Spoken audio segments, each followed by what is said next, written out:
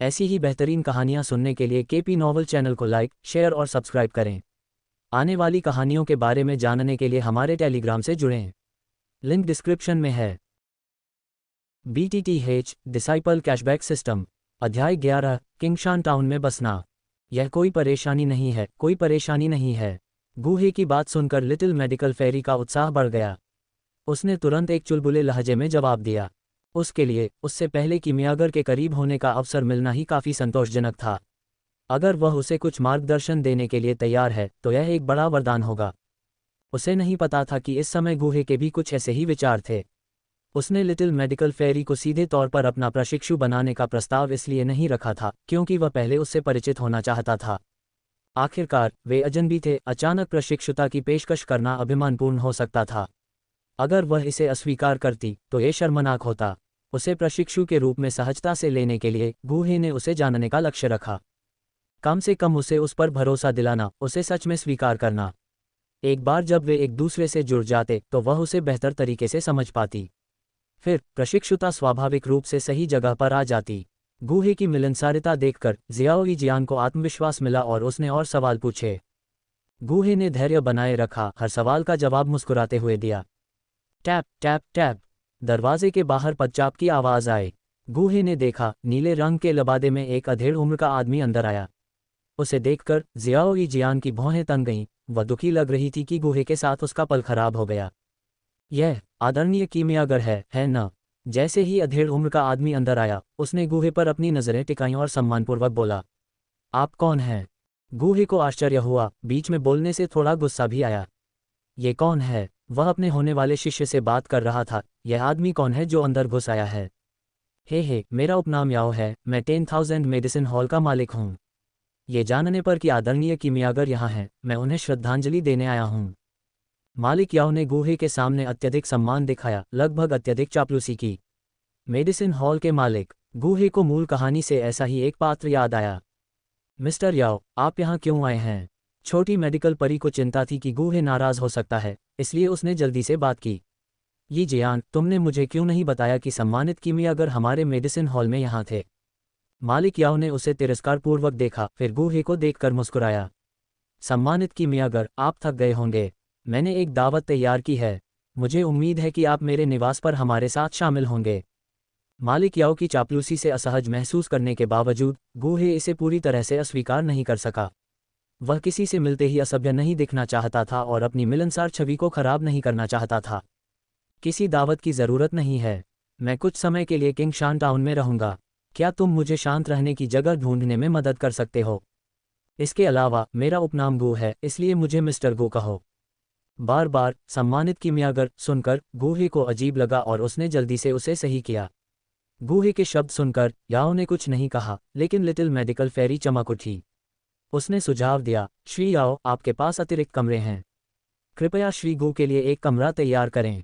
ओह, ये सुनकर श्री याओ कुछ देर के लिए चौंक गए, फिर जल्दी से जवाब दिया, वास्तव में श्री गूहे, आप मेरे आंगन में रहने पर विचार कर सकते हैं। ये बहुत शांतिपूर्ण है और मैं आपको आश्वासन देता हूं कि यह आपको परेशान नहीं करेगा। श्री याओ मूर्ख नहीं थे। अगर उनसे पहले किमियागर उनके निवास पर रहे, अगर खबर बाहर आ गई तो किंगशान टाउन में कौन उन्हें अपमानित करने की हिम्मत करेगा? आखिरकार किंगशान टाउन में कोई भी दूसरे दर्जे के किमियागर के गुस्से का सामना नहीं कर सकता। यहाँ तक कि सबसे मजबूत वुल्फहेड मर्सिनरी ग्रुप भी एक किमियागर को भड़का नहीं सकता। ठीक है, तो मैं कुछ दिनों के लिए आपके आंगन में रहूंगा। गूहे सहमत होने से पहले थोड़ा हिचकिचाया। एक पल की हिचकिचाहट के बाद गूहे ने थोड़ा सिर हिलाया और सहमति जताई। उसे याद आया कि मूल कहानी में जियाओ जियान इस मिस्टर याओ के पिछवाड़े में रहता था। अगर वह और लिटिल मेडिकल फेरी एक ही जगह साझा करते तो यह उसकी आगामी योजनाओं के लिए फायदेमंद होता। गूहे की सहमति सुनकर जियाओ जियान भी उत्साहित हो गई। मिस्टर गू के साथ एक ही आंगन में रहते हुए वह भविष्य की बातचीत के इस अवसर को कैसे छोड़ सकती थी। थोड़ी देर बाद मिस्टर याओ और लिटिल मेडिकल फेरी के साथ गूहे कुछ सड़कों पर चले और एक एस्टेट में पहुंचे। एस्टेट काफ़ी अनोखा था, जिसके प्रवेश द्वार पर एक दर्जन गार्ड तैनात थे। ऐसा लग रहा था कि किंगशान टाउन में 10,000 मेडिसिन हॉल का प्रभाव काफ़ी था। एस्टेट में प्रवेश करने के बाद मिस्टर याओ गूहे को एक शांत कमरे में ले गए। सर, इस कमरे पर एक नज़र डालिए। क्या यह आपकी पसंद के मुताबिक है?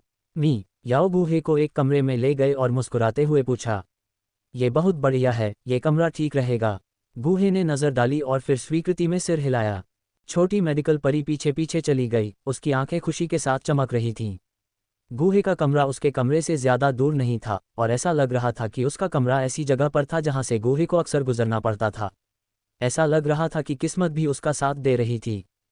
मैं आपके लिए कुछ रोज़मर्रा की ज़रूरत की चीज़ें तैयार करके लाता हूँ। गूहे की सहमति से मी याओ का चेहरा चमक उठा और उसने माफ़ी मांगी। महोदय, मेरा कमरा आपके कमरे के पास ही है। यदि आप पहाड़ पर जड़ी बूटियां इकट्ठा करने की योजना बना रहे हैं तो आप मुझे कभी भी बुला सकते हैं। श्री याओ के जाने के बाद लिटिल मेडिकल परी की आंखें चमक उठीं और वह जल्दी से पास आकर अपनी सहायता की पेशकश करने लगी। ठीक है, गूहे ने मुस्कुराते हुए सिर हिलाया। तो फिर मैं विदा लेता हूँ। लिटिल मेडिकल परी एक पल के लिए झिझकी। उसने सोचा कि कीमिया पर मार्गदर्शन लेने से पहले जब तक वे अधिक परिचित न हो जाएं, तब तक प्रतीक्षा करना सबसे अच्छा है। आखिरकार वे पहले दिन ही मिले थे। बहुत अधिक पूछना नकारात्मक प्रभाव डाल सकता है। लिटिल मेडिकल परी को जाते हुए देखकर गूहे के होंठ थोड़े मुड़े हुए थे। उसके व्यवहार से ऐसा लग रहा था कि उसके मन में उसके लिए अनुकूल धारणा थी।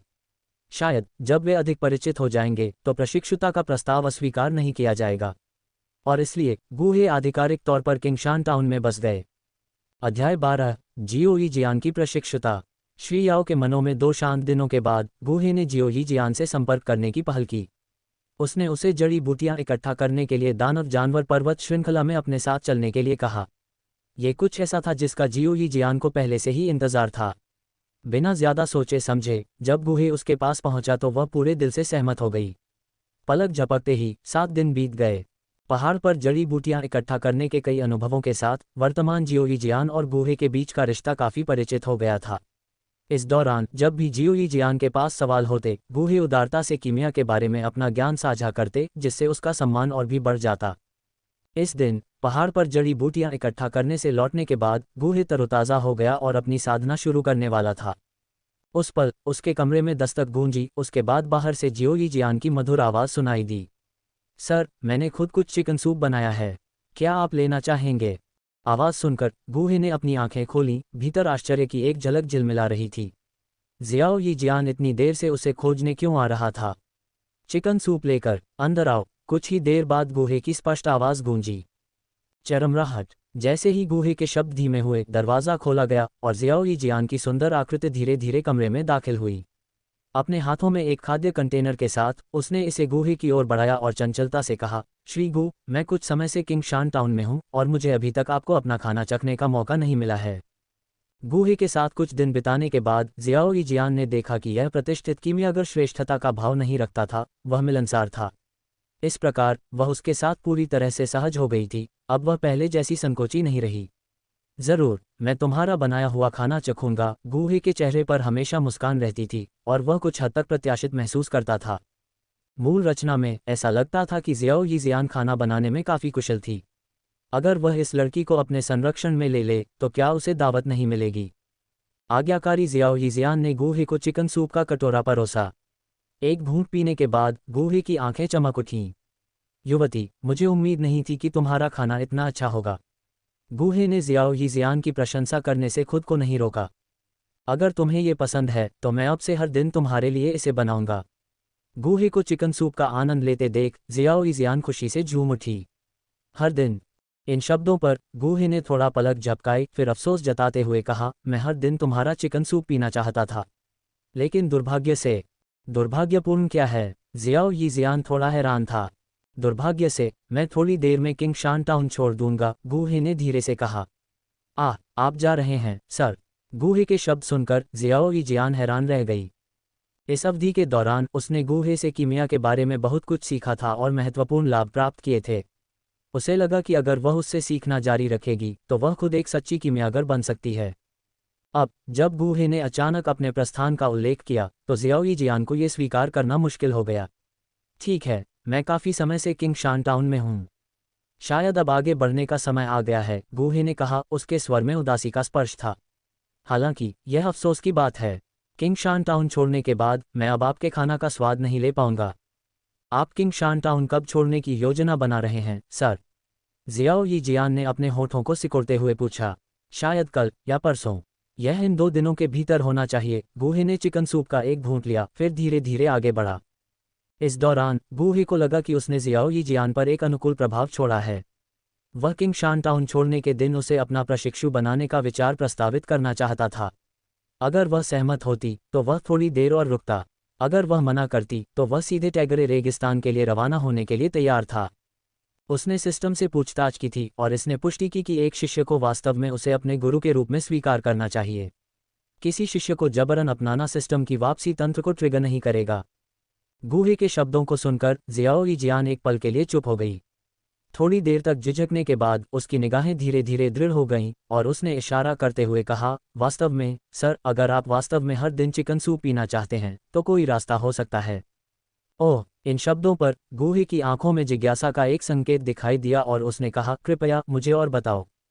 यदि आप मुझे अपना प्रशिक्षु बनाने के लिए तैयार हैं तो मैं हर दिन आपके लिए चिकन सूप पकाने में खुशी महसूस करूंगा। जियाओ यी जियान के चेहरे पर एक चंचल मुस्कान खिल उठी, उसकी नज़र गूहे पर टिकी हुई थी। जियाओ यी जियान के स्वर में चिढ़ाने का स्पर्श था, जैसे कि वह गूहे के साथ मजाक कर रही हो। लेकिन वास्तव में इस समय जियाओ यी जियान अविश्वसनीय रूप से घबराई हुई थी।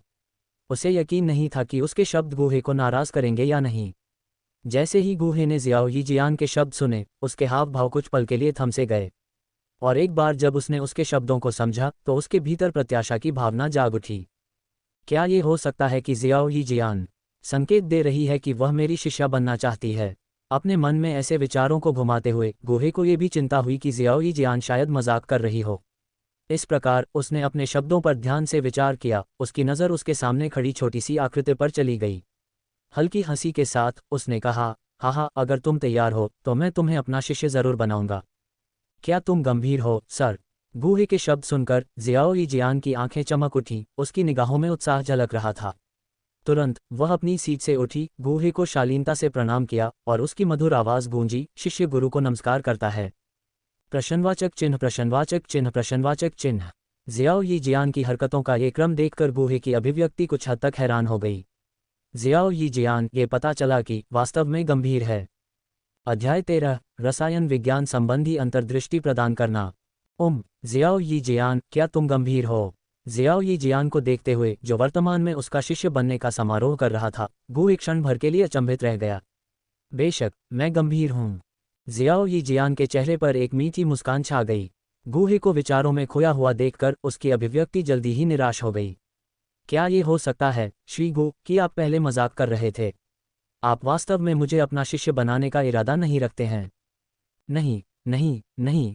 गूहे ने तुरंत इनकार कर दिया, कुछ हद तक उत्साहित होकर, मैं गंभीर हूँ। फिर वह शांत हो गया, जियाओ यी जियान को गंभीरता से देखते हुए और धीरे से कहा, आज से आप गूहे के दूसरे शिष्य हैं। चूंकि जियाओ यी जियान ने पहले ही उसका शिष्य बनने की पहल कर दी थी, इसलिए गूहे ने अपनी पहचान छिपाने का इरादा नहीं किया और उसने खुलकर बात की। गूहे की पुष्टि सुनकर जियाओ यी जियान का चेहरा एक बार फिर मुस्कुराहट से चमक उठा। गूहे, क्या ये शिक्षक का नाम है? जियाओ यी जियान ने खुद से कहा, उसे ऐसा लग रहा था जैसे उसने ये नाम पहले भी सुना हो। जैसे ही उसने नाम दोहराया, उसके दिमाग में एहसास की एक चमक आए और उसने आश्चर्य से अपने सामने गूहे को देखा और कहा, शिक्षक, आप कीमिया राजा गूहे हैं। जियाओ यी जियान ने गूहे को बड़ी आंखों से देखा, उसके होंठ थोड़े खुले हुए थे, जैसे कि वह पहली बार गूहे को देख रही हो। उसकी हैरान निगाहों का सामना करते हुए गूहे ने हल्के से मुस्कुराया, फिर सिर हिलाया और कहा, वास्तव में ये सही है। आपके शिक्षक कीमिया राजा गूहे हैं। हालांकि उसने अपने चेहरे पर मुस्कान बनाए रखी, लेकिन गूहे ने चुपके से खुद से कसम खाई कि उसे जल्द से जल्द इस उपाधि को त्यागना होगा।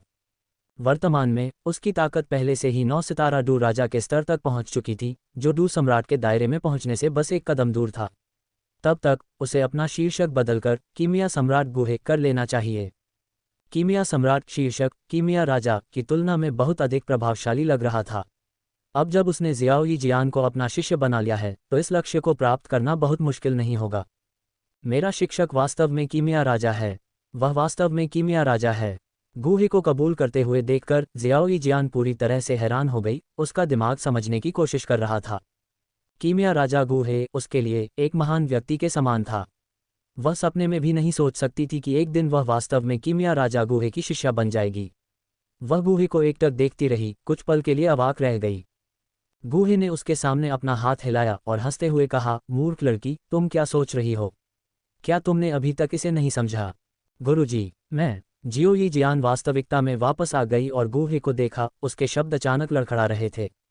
तुम छोटी सी बच्ची, शिष्य बनने के बाद और भी दूर हो गई हो, गूहे ने हंसते हुए आश्वस्त किया, अभी आराम करो। कल तुम्हारा गुरु तुम्हें कीमिया के तरीके सिखाएगा। जियो यी जियान की अनुपस्थित मानसिकता और उसकी अधूरी समझ को देखकर गूहे ने अभिवादन समारोह सिखाने का अपना इरादा छोड़ दिया।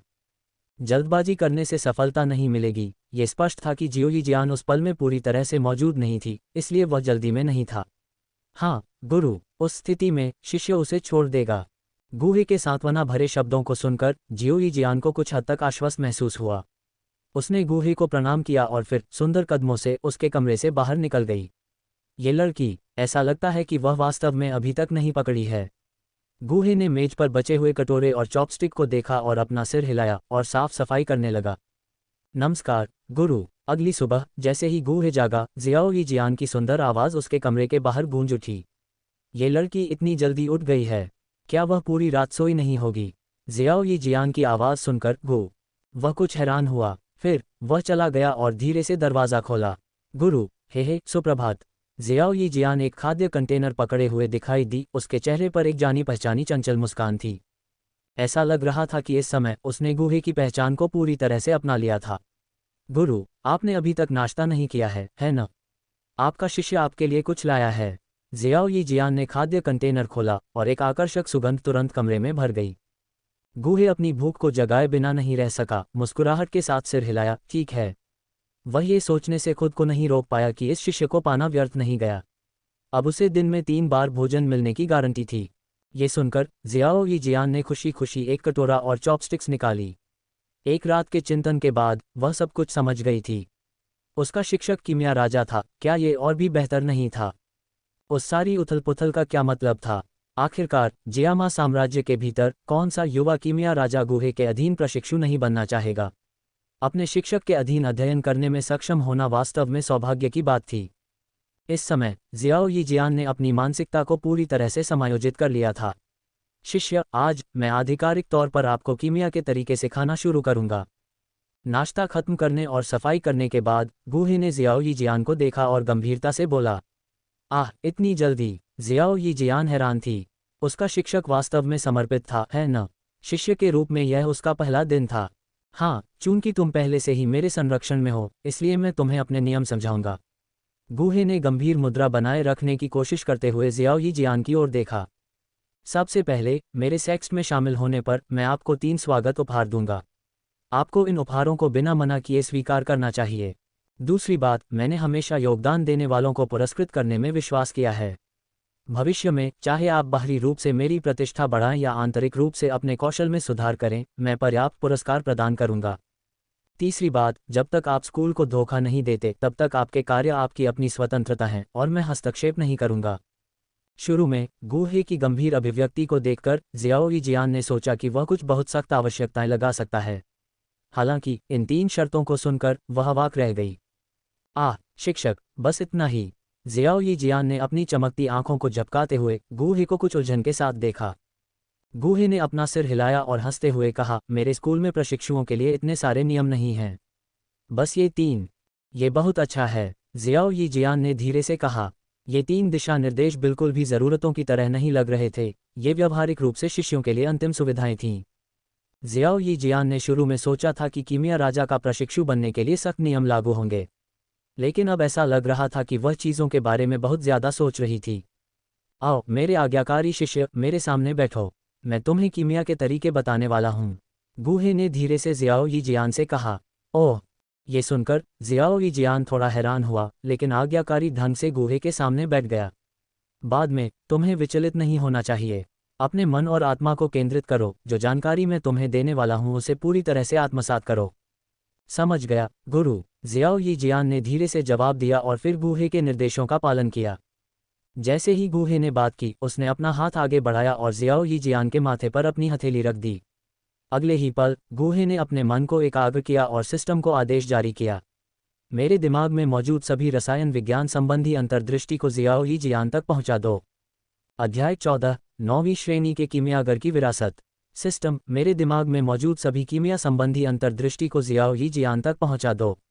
जैसे ही गूहे ने चुपचाप आदेश दिया, सिस्टम तेजी से सक्रिय हो गया।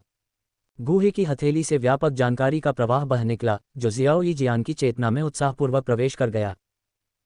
अत्यधिक जानकारी जियाओ यीजियान की आत्मा की गहराई में एक तलवार की तरह चुभ गई, जिससे वह अनजाने में दर्द में चिल्ला उठी। अच्छे शिष्य, इसे सहन करो, अपने मन को शांत करो और ध्यान केंद्रित करो, ये जल्द ही बीत जाएगा।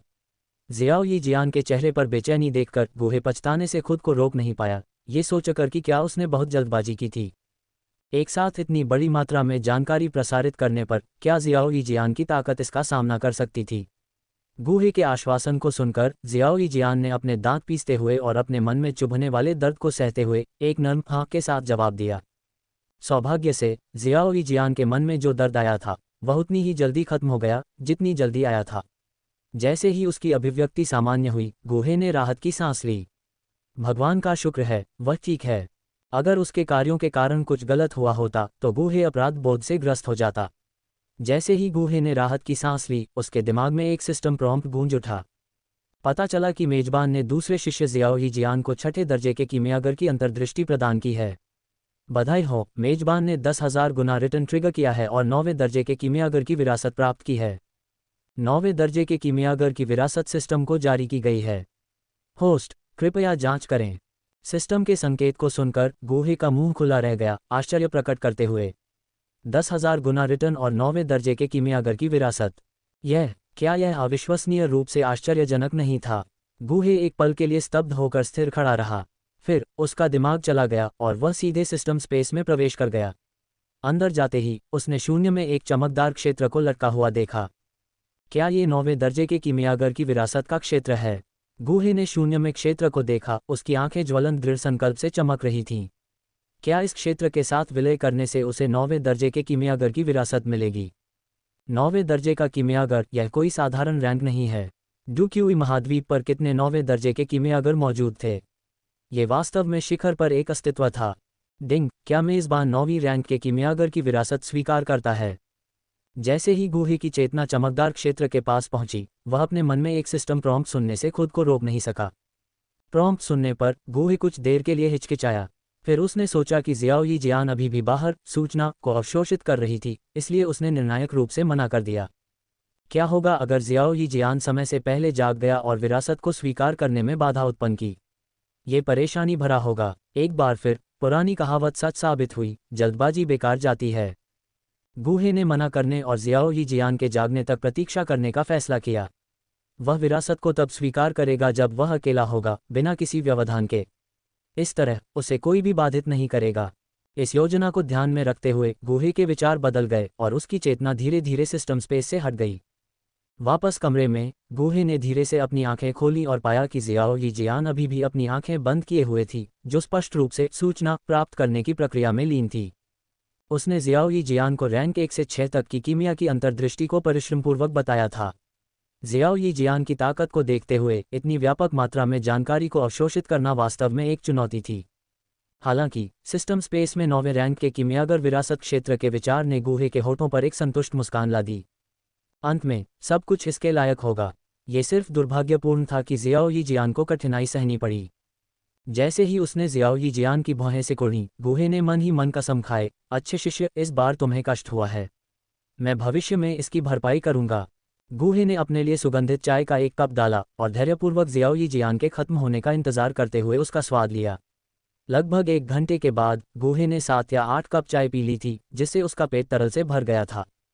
इस समय जियाओ यीजियान की पलकें झपकी और उसने आखिरकार धीरे से अपनी आंखें खोलीं। शिक्षक। जियाओ यीजियान की खूबसूरत आंखें झपकी, पहले तो उलझन भरी नजर आई, फिर उसे कुछ याद आया जिसने उसकी चमकदार निगाहों में उत्साह जगा दिया। इस समय उसने गूहे द्वारा उसके दिमाग में दी गई लगभग सारी जानकारी को आत्मसात कर लिया था, और यह वही जानकारी थी जिसने उसे उत्साह और विस्मय से भर दिया। छठी रैंक के कीमियागर की अंतर्दृष्टि। पहली से छठी रैंक के कीमियागर के लिए जरूरी सभी कीमियागर अंतर्दृष्टि। आश्चर्यजनक रूप से शिक्षक ने उन्हें एक ही बार में प्रसारित किया। जियाओ यीजियान ने अपने दिमाग में जानकारी को याद किया, जो ज्वलंत और गहराई से अंकित थी। उसे लग रहा था कि ये अंतर्दृष्टि पहले से ही उसके दिमाग में थी, अविस्मरणीय। ऐसी विधि वास्तव में चमत्कारी। जियाओ यीजियान जानती थी कि ये शिक्षक ने उसके दिमाग में छोड़ी हैं। अपने दिमाग में गहन जानकारी के बारे में सोचते हुए एक हल्की मुस्कान बनी। शिक्षक, आपकी मुलाकात का उपहार वास्तव में महत्वपूर्ण है। हालांकि उसे गुहे द्वारा पहले बताए गए 3 उपहार याद आ गए। ये पहला उपहार आश्चर्यजनक था, अगले 2 के बारे में क्या? ये सोचते हुए जियाओ यी जियान की निगाहें उत्साह से भर गईं। अरे अरे, तुम क्या सोच रहे हो? लार टपक रही है, हुँ। उस पल एक बड़े हाथ ने जियाओ यी जियान के सिर को थपथपाया, जिससे वह अपने विचारों से बाहर आ गई। क्या मैं लार टपका रही हूँ?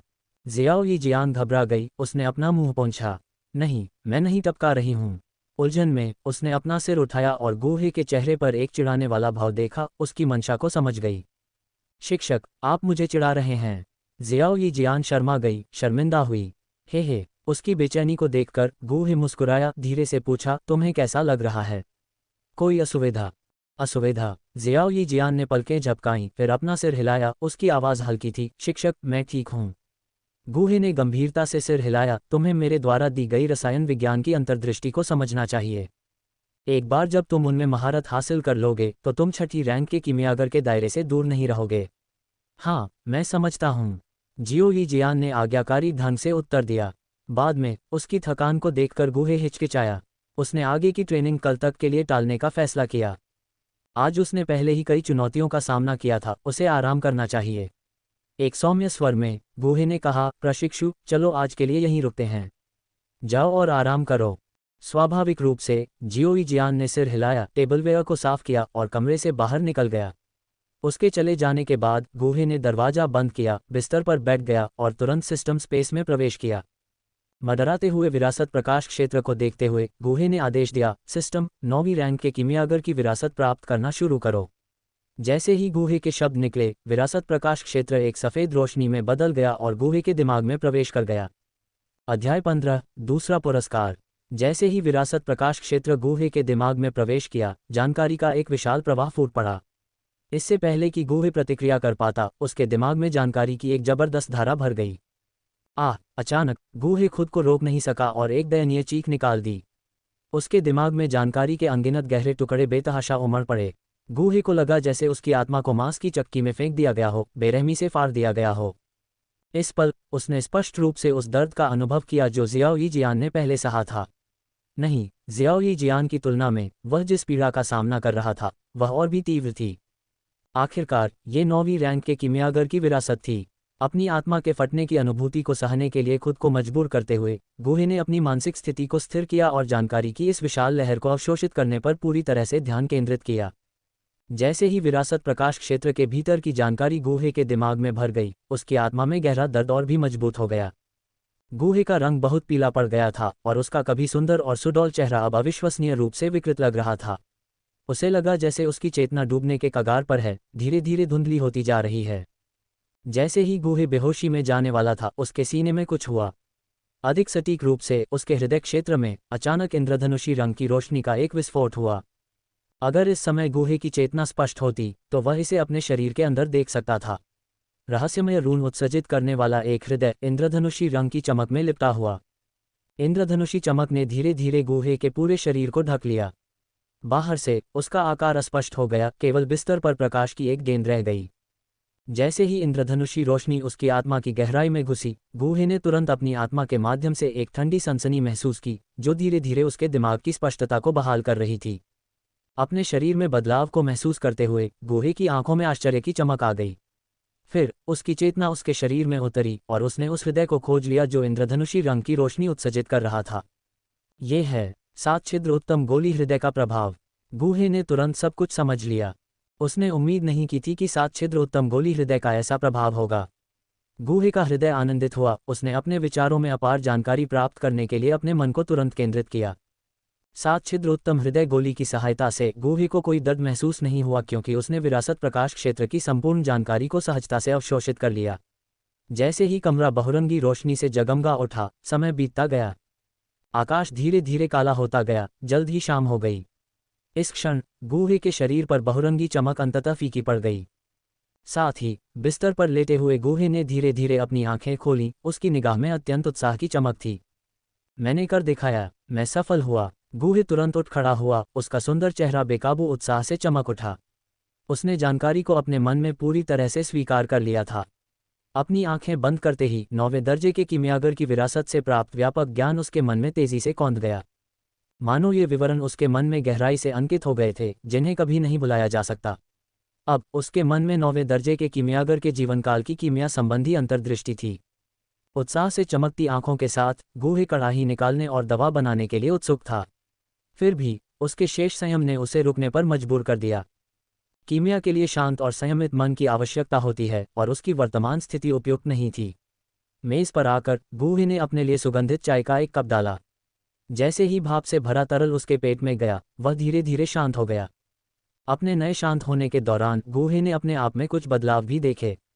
सबसे पहले 9वें दर्जे के कीमियागर की विरासत के प्रकाश क्षेत्र से विशाल जानकारी प्राप्त करने के बाद ऐसा लगा कि उसकी आध्यात्मिक शक्ति बहुत बढ़ गई है।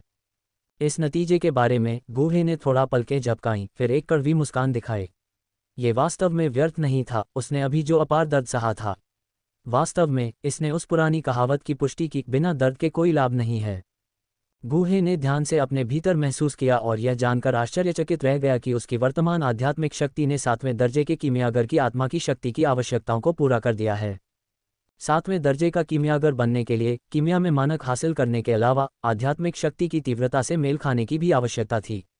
और दोनों पहलुओं में गूहे के लिए, जिसने अब 9वें दर्जे के कीमियागर की विरासत को विरासत में लिया था, दोनों हासिल किए गए थे।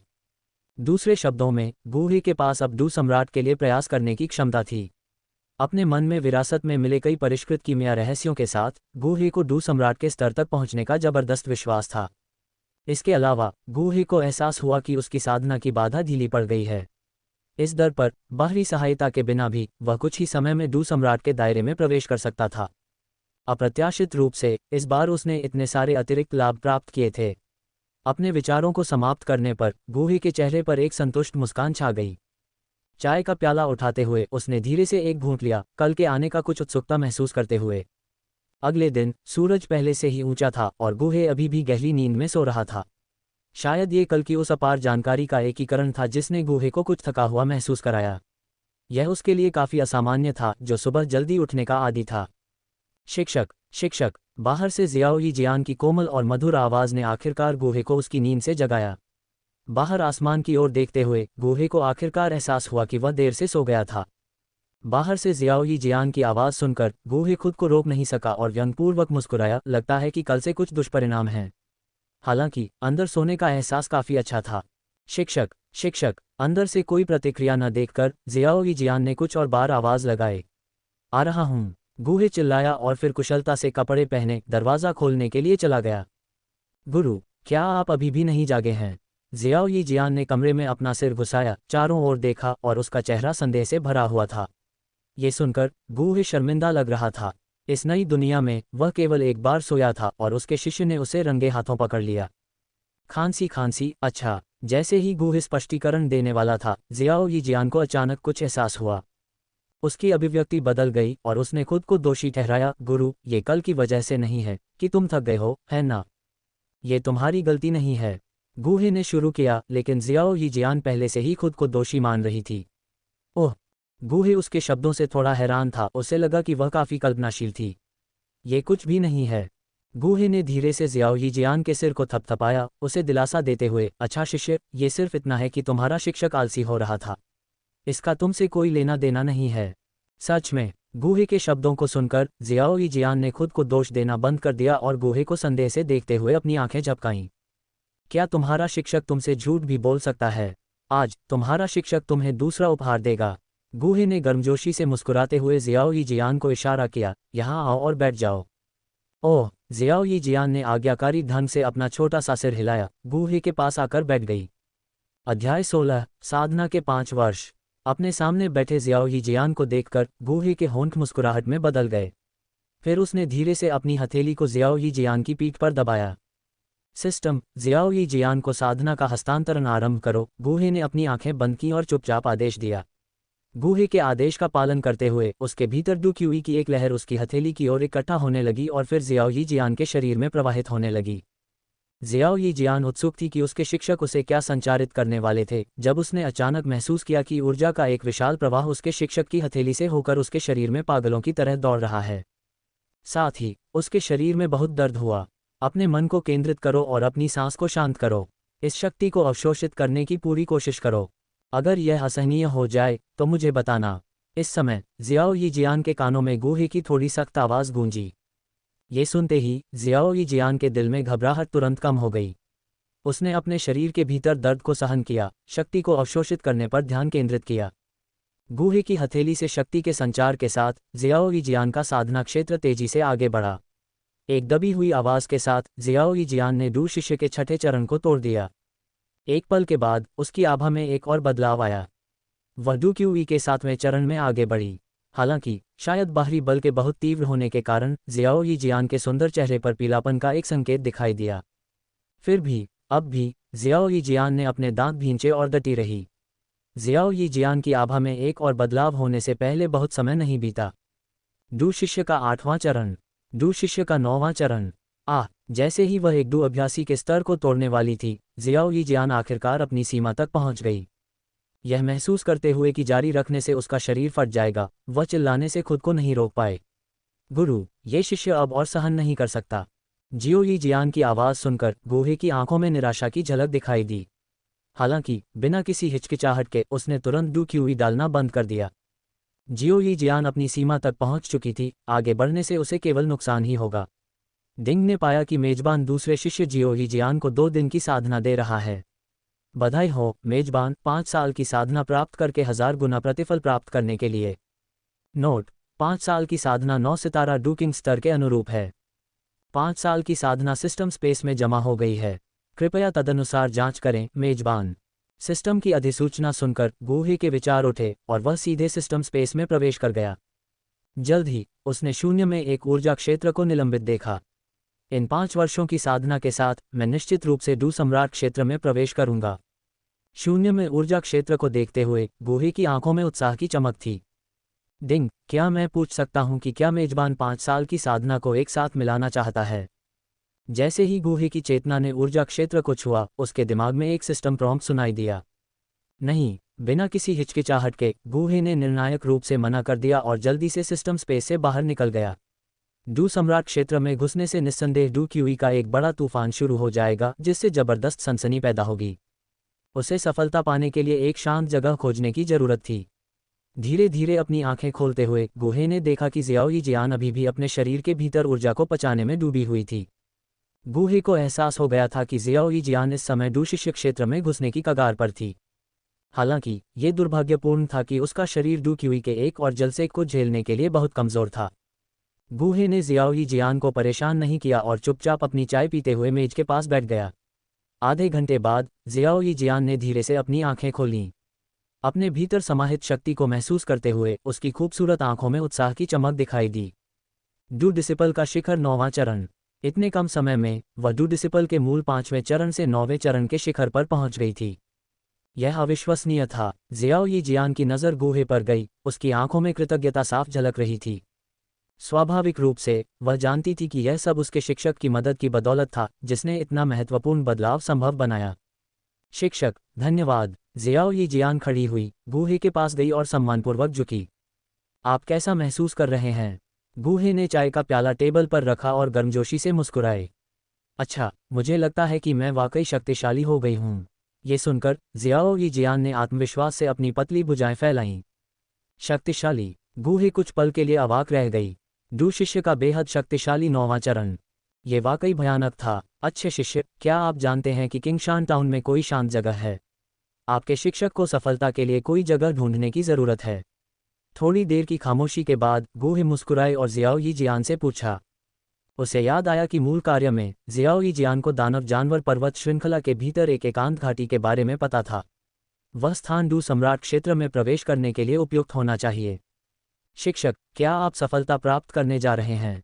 जियाओ यी जियान के शब्दों पर गुहे रुक गया, फिर सहजता से उत्तर दिया, एक घाटी है जो निश्चित रूप से आपकी सफलता के लिए उपयुक्त होगी। ये सुनकर गुहे के होठों के कोनों पर एक मुस्कान आ गई। ...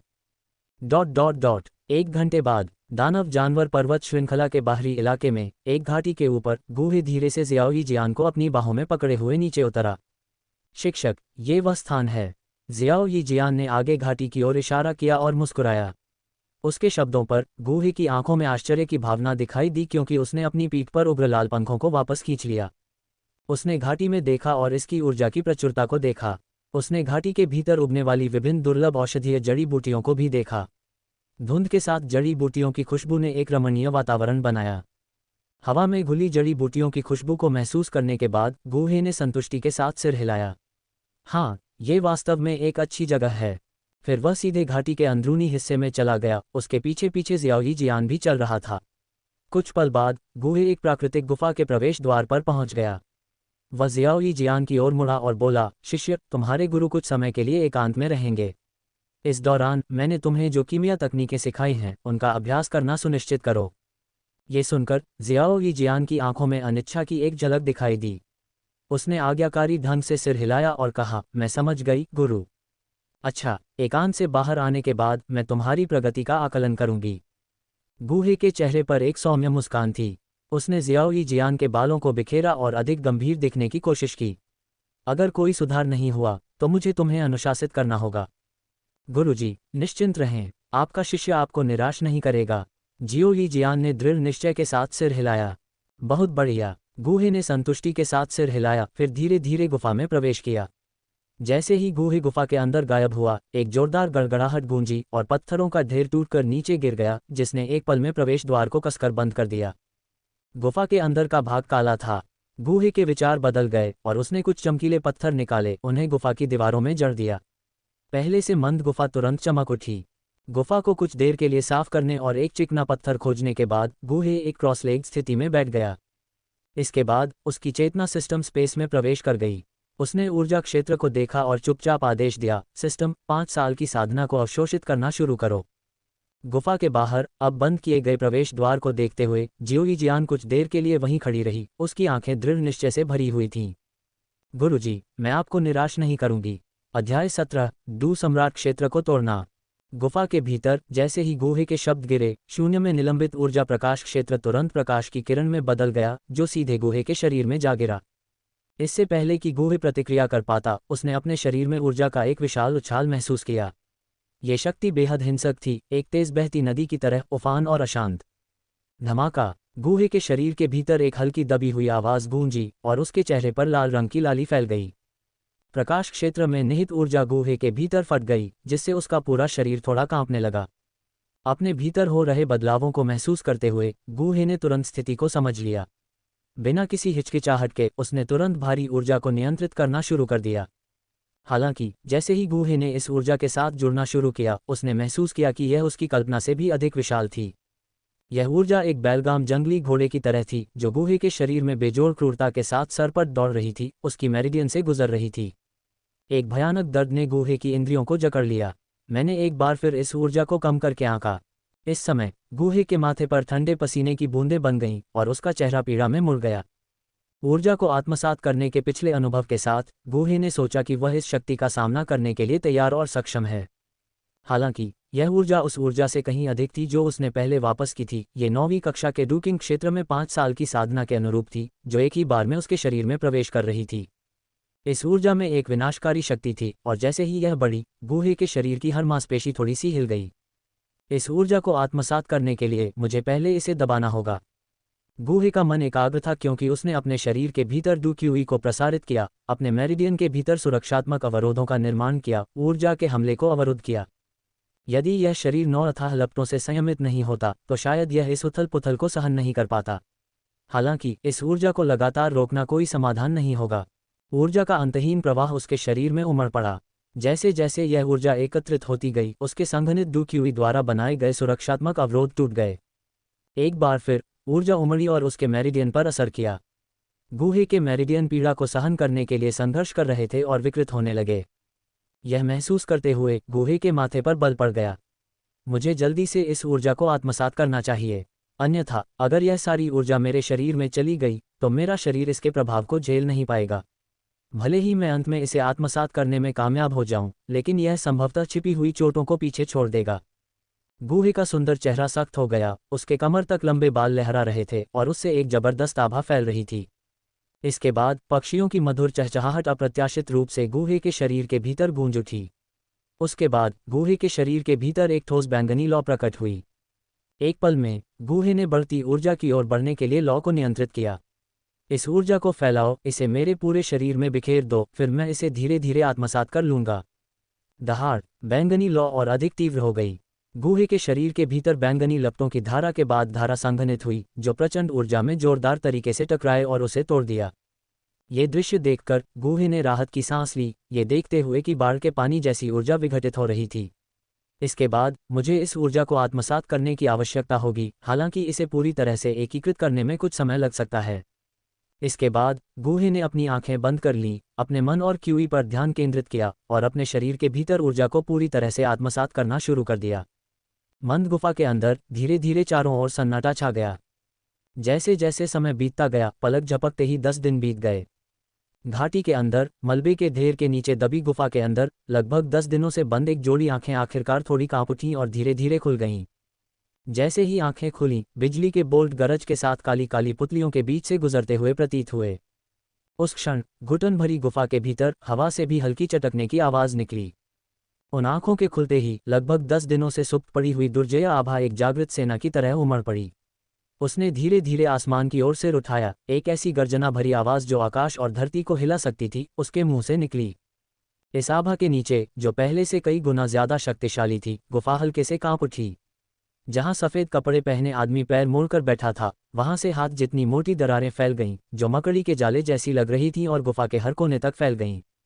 चट बैठे हुए पत्थर से एक हल्की आवाज आई और फिर अचानक छोटी छोटी दरारें दिखाई देने लगीं। एक आश्चर्यजनक गति से ये दरारें पूरे पत्थर में फैल गईं। अंत में एक गहरी गड़गड़ाहट की आवाज के साथ पत्थर अनगिनत टुकड़ों में बिखर गया। हालांकि पत्थर टूट गया, लेकिन उस पर बैठा सफेद कपड़े वाला आदमी स्थिर रहा। उसके पैर हवा में क्रॉस किए हुए थे और उसे किसी बाहरी ताकत का सहारा नहीं था। तो यह एक दुसम्राट की अनुभूति है। गूहे के हाथ धीरे धीरे फैल गए और जैसे ही उसने अपने शरीर के भीतर द क्यूई को महसूस किया, उसके मुंह के कोने पर एक हल्का चाप दिखाई दिया। इस समय उसके भीतर दुनिया पर प्रभुत्व की भावना उभरी। शक्तिशाली आत्मा शक्ति उसके शरीर के केंद्र से निकली, सभी दिशाओं में एक तूफान की तरह फैल गई, बिजली की तरह फैल गई। जोरदार आत्मा शक्ति तेजी से गुफा से फैल गई, पूरी घाटी को घेर लिया। जैसे ही उसने स्कैन किया, गूहे को पूरी घाटी के भीतर की स्थिति के बारे में पता चला। हालांकि उसकी आत्मा शक्ति का विस्तार घाटी के भीतर नहीं रुका। यह विशाल दानव जानवर पर्वत श्रृंखला की ओर फैलता रहा। जैसे जैसे उसकी आत्मा शक्ति फैलती गई, गूहे के दिमाग में कई दृश्य प्रतिबिंबित होते गए। बेशक दुर्जय दानव जानवर पर्वत श्रृंखला के भीतर कुछ शक्तिशाली जानवर गूहे की आत्मा स्कैन से बच नहीं सके। हालांकि निचले स्तर के कई जानवर उसके स्कैन के बारे में जानते थे। कुछ विशेष प्राणियों को छोड़कर अधिकांश गूहे की आत्मा को कोई नुकसान नहीं पहुंचा सके। परिणामस्वरूप विशाल पर्वत श्रृंखला के भीतर धरती को हिला देने वाली दहाड़ें गूंज उठीं और कई निचले स्तर के राक्षसी जानवर गूहे की आत्मा स्कैन को महसूस करते ही कांप उठे। इन जानवरों को गूहे की उपस्थिति का एहसास होने के बावजूद कुछ विशेष क्षमताओं वाले जानवरों को छोड़कर अधिकांश उसकी दुर्जय आत्मा शक्ति को प्रभावित नहीं कर सके। इस प्रकार उसके जबरदस्त स्कैन के तहत उसकी आत्मा अछूती रही। शक्तिशाली आत्मा शक्ति सैकड़ों मील के दायरे में फैली हुई थी। हालांकि इस विस्तार की एक निश्चित सीमा लगती थी। इस प्रकार जब गूहे की आत्मा शक्ति एक निश्चित पर्वत धारा तक पहुंची, तो वह आगे बढ़ने में असमर्थ थी। ये देखकर गूहे का मन हिल गया। ज्वार की तरह फैली हुई आत्मा शक्ति तुरंत बिजली की तरह पीछे हट गई। कुछ ही सांसों में ये पूरी तरह से उसके शरीर में वापस आ गई। जैसे ही उसकी आत्मा पूरी तरह से समाहित हो गई, गूहे ने अपना सिर थोड़ा पीछे झुकाया और एक लंबी सांस छोड़ी। अब मेरा एकांतवास समाप्त करने का समय आ गया है। अध्याय 18 गुफा अन्वेषण। घाटी के भीतर गूहे एक उज्ज्वल अभिव्यक्ति के साथ गुफा से बाहर निकल आया। सम्राट क्षेत्र प्राप्त करने के बाद अब वह साम्राज्य के कुलीन लोगों में गिना जाने लगा। अंत में उसके पास आत्मरक्षा का एक उपाय था। एक विचार के साथ उसके लाल पंख उसके पीछे फैल गए।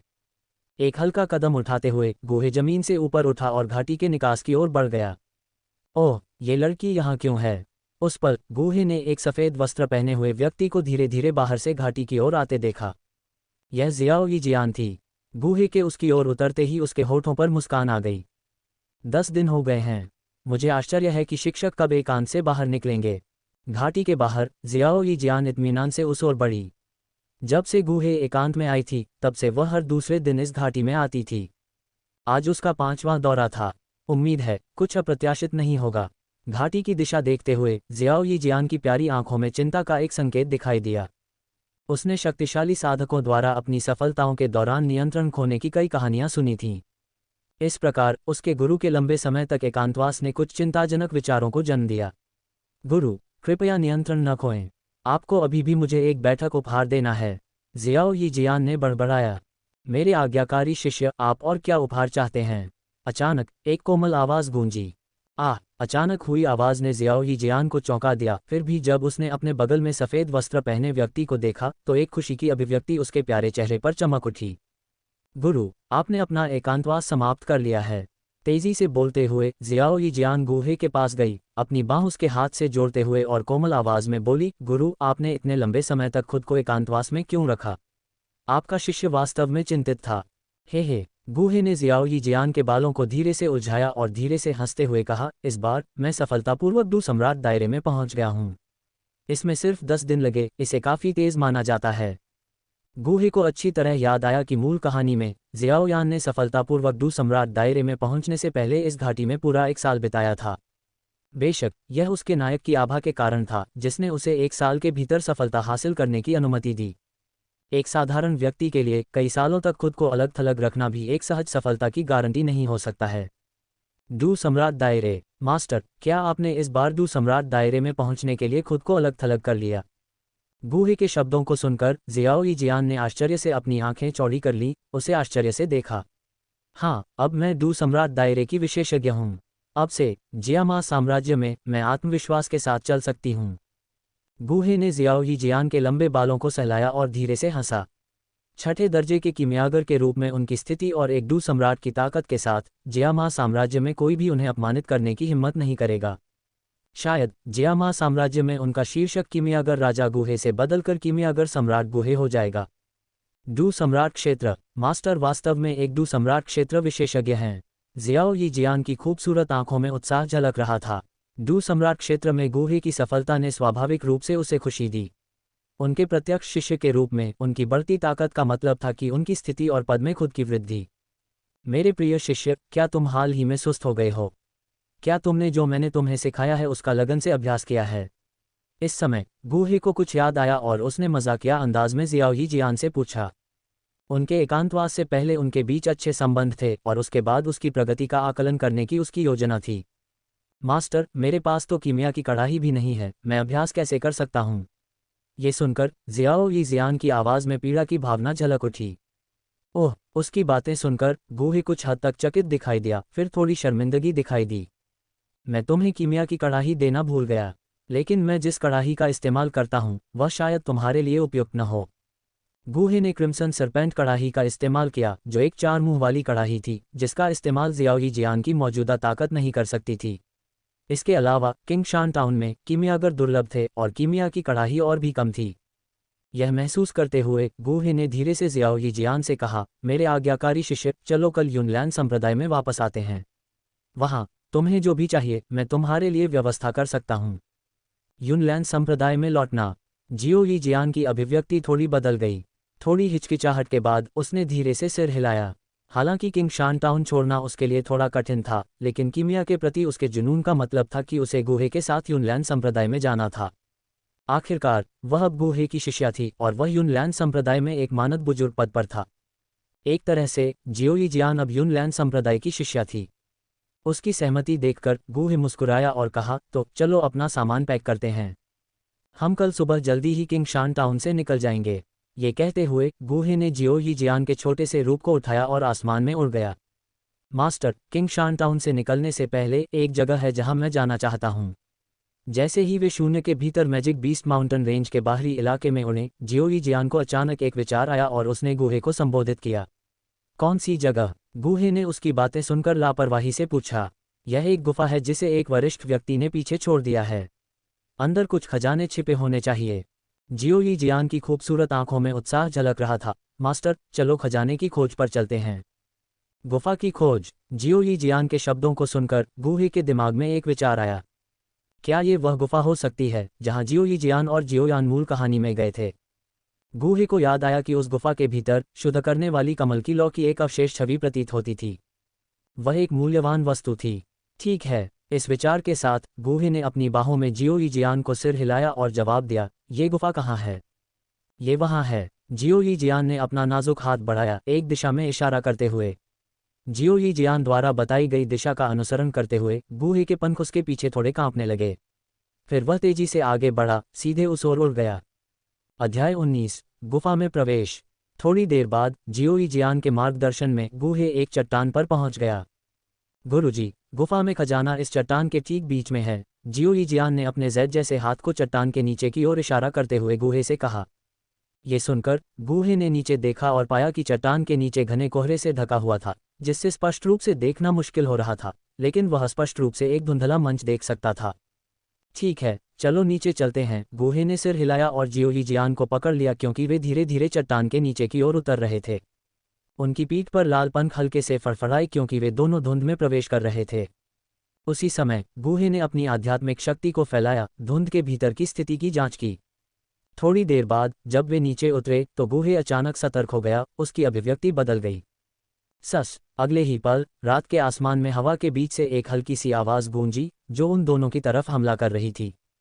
खतरे को भांपते हुए गूहे ने जियाओ यी जियान को पकड़ते हुए तेजी से चकमा दिया। गुरु, वह क्या है? जियाओ यी जियान ने धुंध में लाल रोशनी की एक किरण को देखा, थोड़ा डरा हुआ महसूस कर रहा था। अभी ये वही चीज थी जिसने उन पर घात लगाई थी। और अपनी आध्यात्मिक शक्ति की खोज के जरिए गूहे ने तुरंत देखा कि उन पर किसने हमला किया था। Rock snake. अपने सामने मौजूद प्राणी को देखकर गूहे हैरान रह गया। उसे याद आया कि मूल काम में जियाओ यान और जियाओ यी जियान ने भी नीचे आते समय इस चीज का सामना किया था। रॉक स्नैक, जैसा कि नाम से पता चलता है, एक सांप के आकार का राक्षस जानवर है जो चट्टानों में रहता है, जिसका स्तर लगभग पहली श्रेणी का होता है। इस तरह का राक्षस जानवर अपने लंबे और सपाट शरीर पर भरोसा करते हुए चील की तरह हवा में सरक सकता है। इसके अलावा इसके उत्परिवर्तित पत्थर गुण के कारण इसका शरीर पत्थर की तरह कठोर है, जिससे साधारण तलवारों और ब्लेडों के लिए इसे महत्वपूर्ण नुकसान पहुंचाना मुश्किल हो जाता है। एक बार फिर रॉक स्नैक ने फुफकार मारी, उसके संकीर्ण पंख फड़फड़ाए और उसकी आंखें लाल रोशनी से चमक उठीं जैसे ही वह गूहे और शियाओ यी जियान की ओर झपटा। उसके तीखे नुकीले दांतों से एक ठंडी चमक निकल रही थी। मृत्यु की तलाश में गूहे की आंखों में एक ठंडी रोशनी चमक उठी जब उसने क्रूर रॉक स्नैक को देखा। एकमात्र प्रथम श्रेणी के राक्षस जानवर की हिम्मत कैसे हुई कि वह उसके सामने इतनी धीटता से पेश आए। अगले ही पल क्यूई उसकी हथेली में इकट्ठा हो गई और एक ज्वलंत हथेली की छाप रॉक स्नैक की ओर फट गई। धमाका। एक पल के लिए संघर्ष करने के बाद पीली आकृति हवा से अकड़कर गिर गई, घाटी की अथाह खाई में भारी रूप से टकराए। एक फीकी मुस्कान के साथ गूहे ने रॉक स्नैक से निपटा और फिर धीरे धीरे शियाओ यी जियान को पकड़े हुए गुफा के बाहर उतरा। गुफा के सामने खड़ा गूहे ने प्रवेश द्वार पर बिखरे मलबे और अजीब लकड़ी को देखकर भौहें सिकोड़ लीं। उसने धीरे से अपनी हथेली को आगे बढ़ाया, एक गहरी सांस ली और धीमी आवाज में चिल्लाया, खोलो।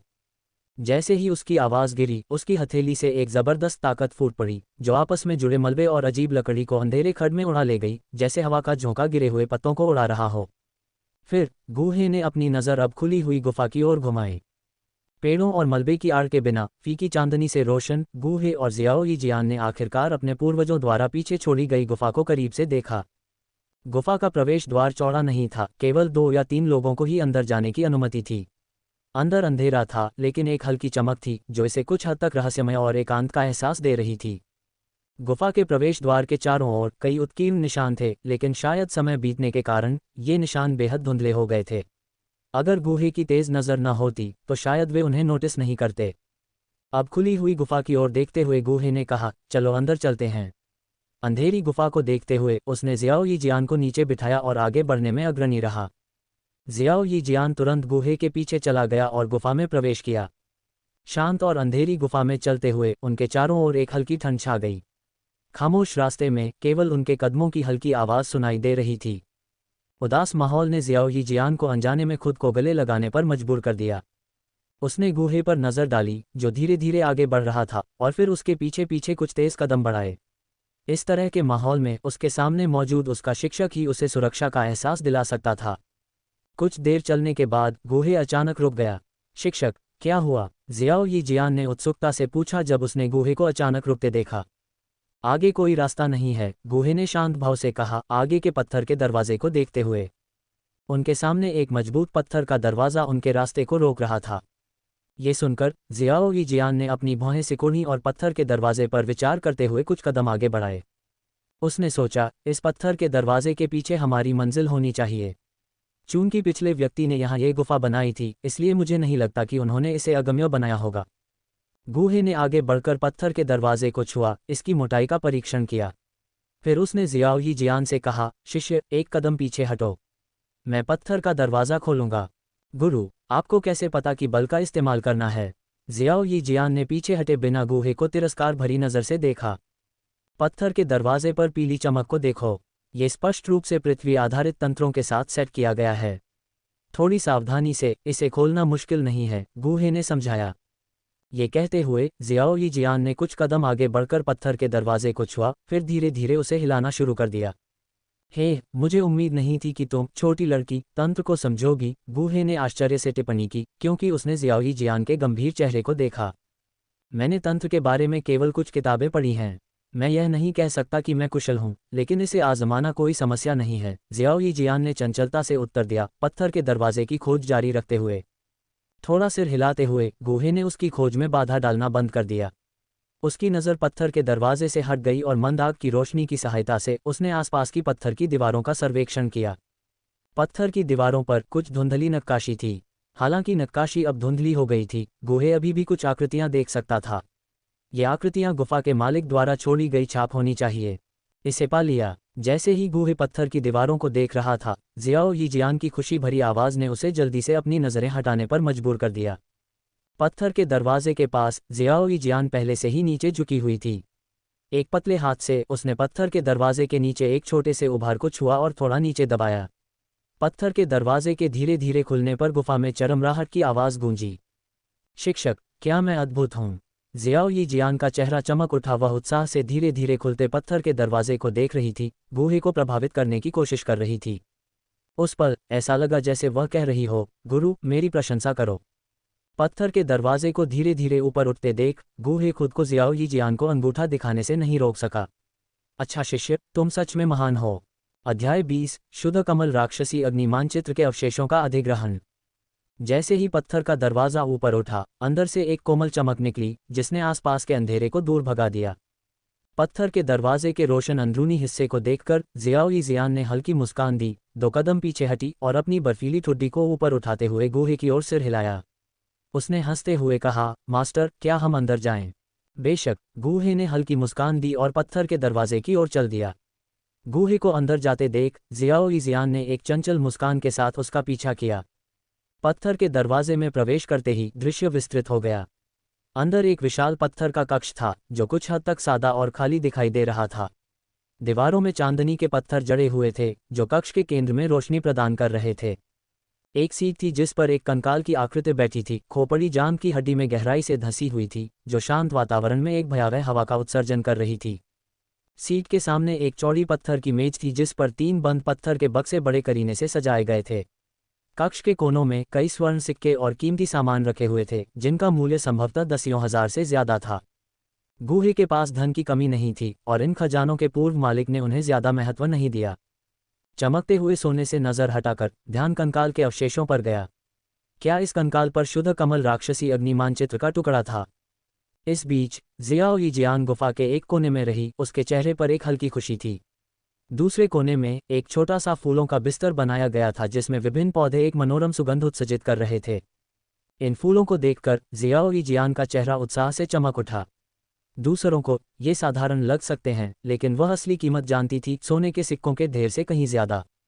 बैंगनी नीले पत्ते, सफेद स्पिरिट फल, स्नो लोट्स बीज। उत्साहित होकर वह फूलों के बिस्तर के पास पहुंचते ही दुर्लभ जड़ी बूटियों के नाम बुदबुदाने लगी।